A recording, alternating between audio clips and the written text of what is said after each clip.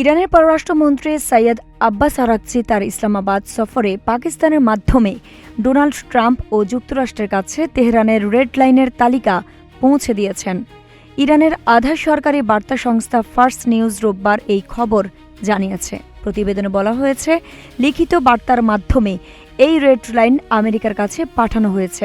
এই রেড লাইনের তালিকায় মূলত দুইটি ইস্যুকে গুরুত্ব দেওয়া হয়েছে। এগুলো হচ্ছে ইরানের পারমাণবিক কর্মসূচি এবং হরমুজ প্রণালী।